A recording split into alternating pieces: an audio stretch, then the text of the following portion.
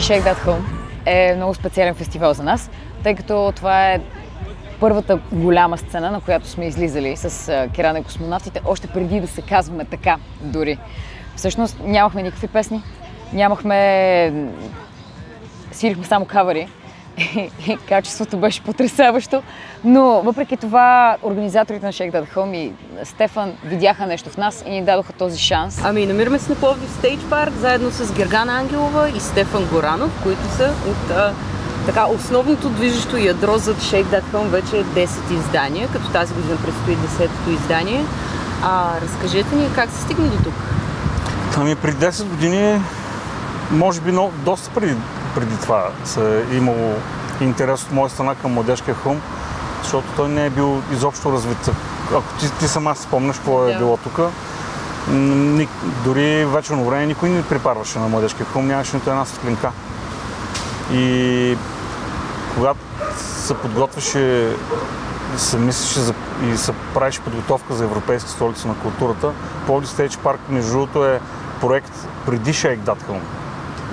Като територия за фестивали и ако един ден Пловдив стане европейска столица, да може да приема хора от цяла Европа, фестивали и от цял свят, защо не, които да гостуват по време на европейска столица, ако стигнем до там. Стигнахме, минахме, нали, всичко е ясно, това са доста време. И в крайна сметка решихме да направим един фестивал, тъй като не е имало градски фестивал, който да си е просто фестивал на града. До тогава нямаше до тогава нямаше, и може би в една година се появиха няколко фестивала, които и до ден днешен ги има, което е добър знак, че в града хората, които се занимават с това нещо и са захванали, са го направили. И говорим за пловдивчани, които са създали фестивали, които са устойчиви до сега. Ти сама знаеш, дойдоха много фестивали в града, които дойдоха за определен период от време и си тръгнаха от тук. Така че важното е, че пловдивските фестивали се стоят, се развиват и върват напред. Иначе до първото издание, не знам ти дали спомняш, тъй като ти беше част от първото издание, то беше предназначено за юни месец. И една сутринта на самия ден на фестивала, в петък, аз, тъй като живея на младежкия хълм на практика, от другата страна, станах, видях, че вали и че е черно небето. И в 6 часа сутринта реших, че ще отложа фестивала. Няма да се проведе фестивала. Имаше много голям хейт. Обадих само на техническите лица да ги предупредя. Нямаше как да предупредя всички хора, които се бяха, които участваха и като участници. Тогава фестивалът е бил доста мъничък, но имаше много голяма еуфория и много хора се бяха нагласили да са там. В крайна сметка, ако не бях взел това решение тогава, нямаше да има фестивал в момента, защото просто щяхме да загубим поредните пари, но в крайна сметка за 10 години фестивала стартира с една сцена малка, в момента е с 6 сцени и е толкова е различно за 10 години, че трудно ще ми е за един ден да разкажа какво се е случило. Първоначалната идея беше и тя и се реализира в крайна сметка да направим Shake That Home да бъде фестивал, който да бъде харесван заради самия фестивал. Не заради изпълнители, заради да имаме хедлайнери, да може да привлечем хора, особено на такова място, където нищо не се е случвало. Ние реално започнахме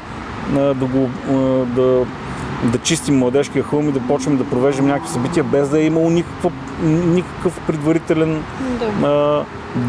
Между другото е имало един фестивал преди това, една или 2 години. Мисля, че беше Айляк Фест. Айляк Фест беше, да, точно. Не знам какво се случи с тези хора, не ги познавам, но те са първите, които са опитали да провеждат фестивал на младежкия хълм, което е факт. Искахме да направим фестивал, който да е хората да се чувстват наистина айляк на него.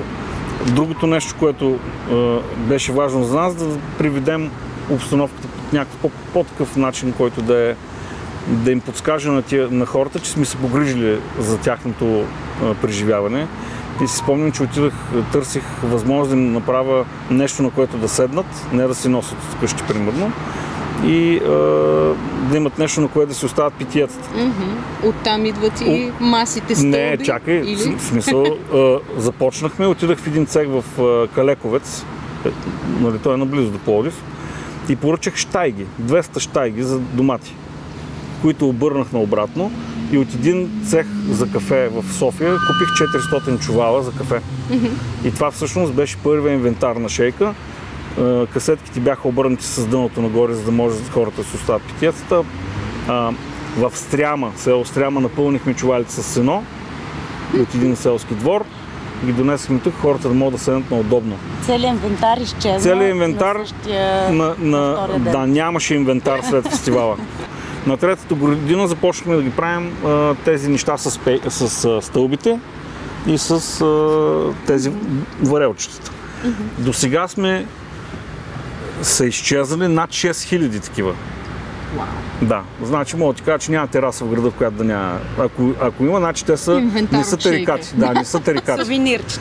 Да, просто те не са тарикати, те, които нямат на тераса такова нещо. А добре, освен на 6 сцени, така еволюцията на инвентара, какво друго се промени за всичките години на шейка? Ами, аз мога да кажа в посоката за музиката, например. Всяка година музикалното съдържание на фестивала се променя спрямо публиката. Аз по време на фестивала, Гери е свидетел, аз нищо не правя. Стоя на едно место и обикновено е в средата на фестивала. Стоя с часове там и нищо не правя, само наблюдавам хората какво правят. Къде се движат, откъде минават, за да може на следващия фестивал да подобряваме. Да. Музикално отношение се е променило спрямо публиката, спрямо интереса и нашето наблюдение, чия публика работи в обща полза. Това са промените от музикална гледна точка. От гледна точка на усещането за фестивала, аз честно казано много се радвам, че идват хора и пловдивчани, които живеят в чужбина, идват, разказват, идват на фестивала и са впечатлени от това, което сме постигнали тук в града, на фона на клишетата в музикалните фестивали, така да кажа. Има и други фестивали, между другото, в България, които доста добре се правят от интериор, от гледна точка на обстановка и на еуфория за хората, да им предадат някакво усещане и почерк. Мога да кажа, че шейка има много сериозен почерк. Несъмнено, цялата организация и толкова много години работа с толкова много хора и различни страни, несъмнено е имало трудности по пътя. Кои мислите, че са били така най-сериозни за вас?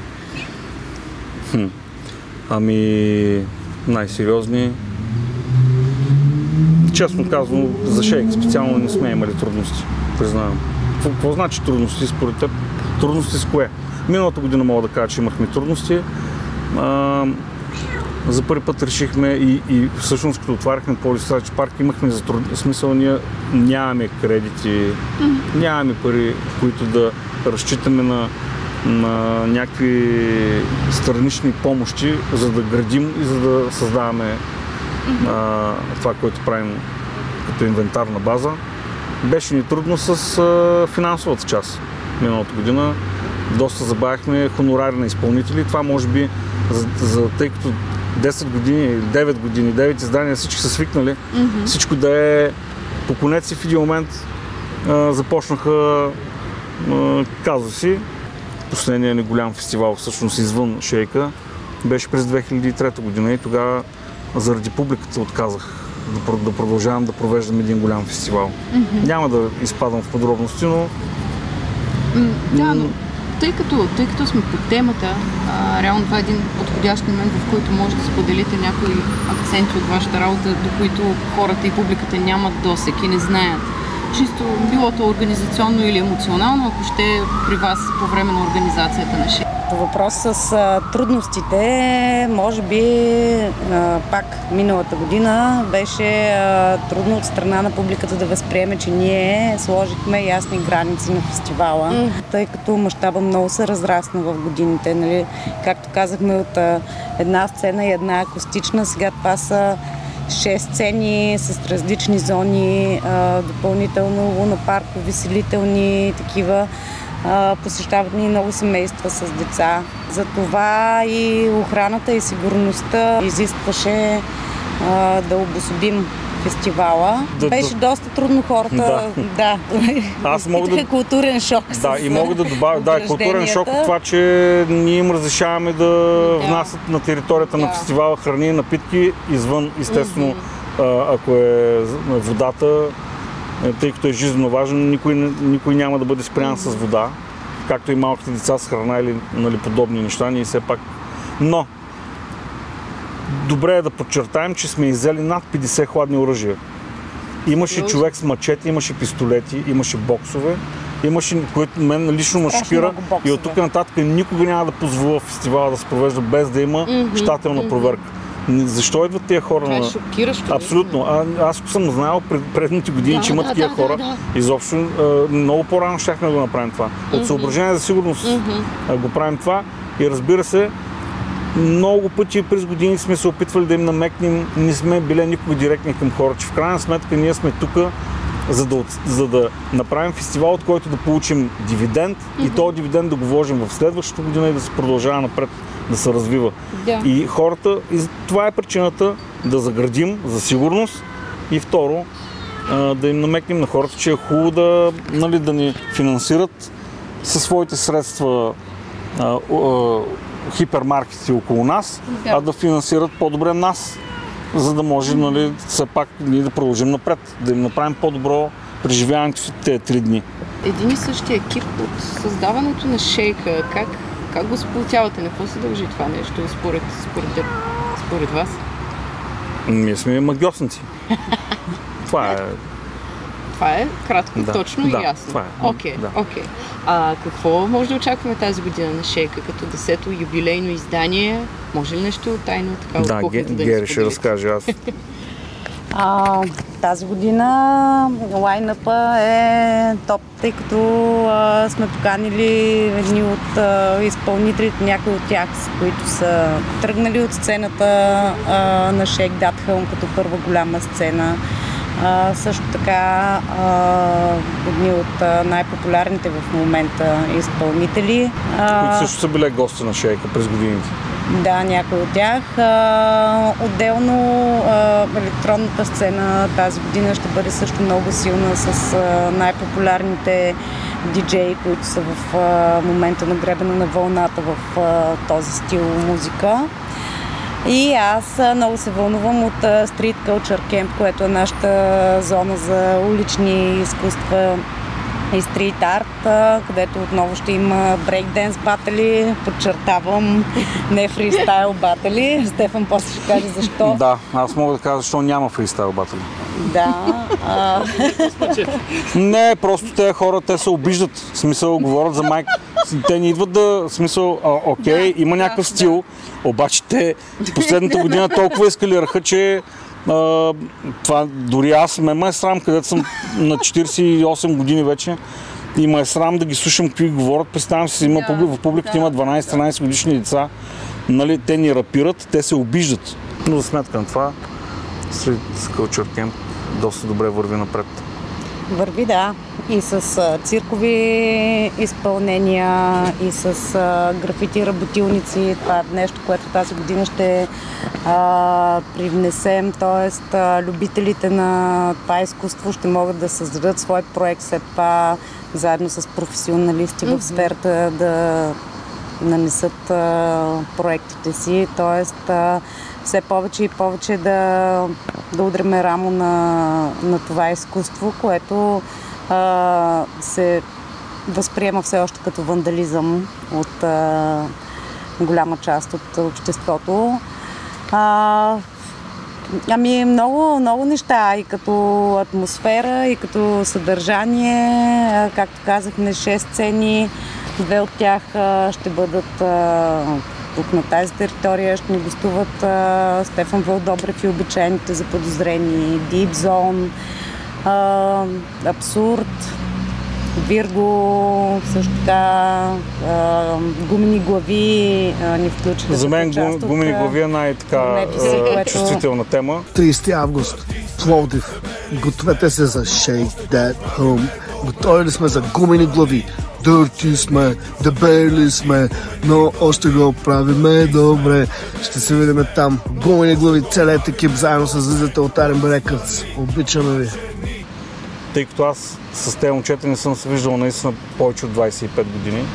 Аз сме имали доста сериозни преживявания и ще е голямо, за мен е голяма тръпка това. Аз още преди 2-3 години исках да дойдат на шейка, но в крайна сметка, който дойде най-правилният момент. Точно с тяхната 30 годишна да осъзнаем наистина колко сме удъртяли, защото ние горе-долу сме от едно поколение в този бизнес и за мен е голяма тръпка това нещо да ги видя тия хора на сцена.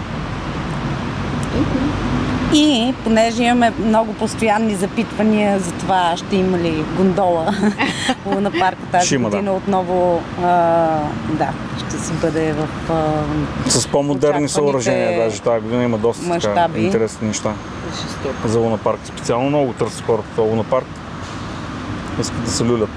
Значи тази година има гривни Shake Family. 10 човека по-късно. Така. Това между другото, видя ли ти как го изрече и ние си го яхнахме веднага. Стана глава на 10 кампании. Ама не, наистина смисъл това е много яко. Ами да. Аз, например, не съм аз човек, който измисли Shake That Home. И решихме тази година, че за 10-та годишна ще направим зони, които са Shake Family. И тези зони ще са пред сцените. Направихме гривни.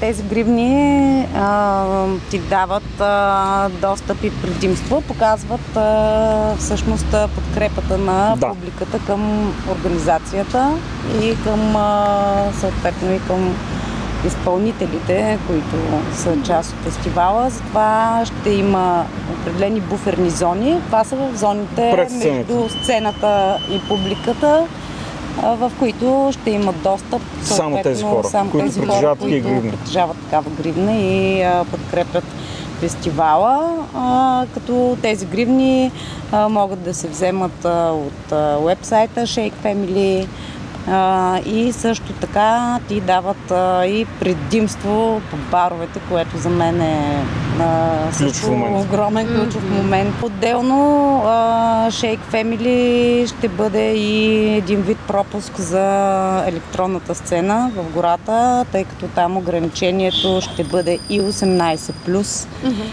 Тоест в прав текст. Пространство ограничено също така. И реално достъп ще имат хората само, които имат тези гривни. Моята лична цел за това нещо е, искам да видя колко хора истински стоят зад фестивала. В смисъл, всеки си го чака този фестивал всяка година. Всяка година расте и то с не малки темпове. За мен това е една проверка. Хем да им дадем на хората възможност да си осигурят още по-як фестивал за следващата година. За мен това е много ключов момент. Затова нека да видим. Мен ме интересува. Дори и нищо да не се получи, пак ще е за нас е показателно, за да знаем в каква посока да върви фестивала като цяло. Нали, все пак ние си отглеждаме публика на тая поляна 10 години и за нас е важно да видим какви родители сме, нали, какви хора сме възпитали. Има хора, които са запознали тук, вече имат брак и имат деца. Разбираш ли? Да. За каква моята дъщеря беше на 10, сега е на 20. И тя тогава се чекнеше по дърветата, а сега управлява половината барове на Шейк, което това е супер филм. Какво се пожелавате всъщност за 10-тия Шейк? Аз се пожелавам да се видим на 11-тия Шейк. В смисъл, хората да са здрави и да ги видим пак рамо до рамо с нас. Това е. Благодаря и виждаме се на поляната. Да, точно така. Чакаме се на поляната. Чакаме се от 30 август до 1 септември. Фестивала е за да сме заедно. Очакваме ви на Shake That Home. Започваме на 30 август. И не забравяй да си купиш твоята гривна. Чакаме се на поляната. 10 години Shake That Home. Ще се видим на поляната.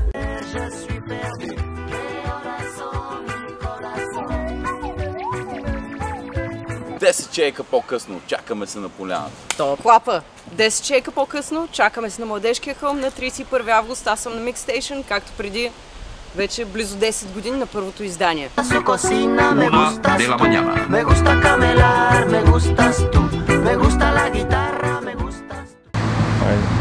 Аз казах. Пред сцената.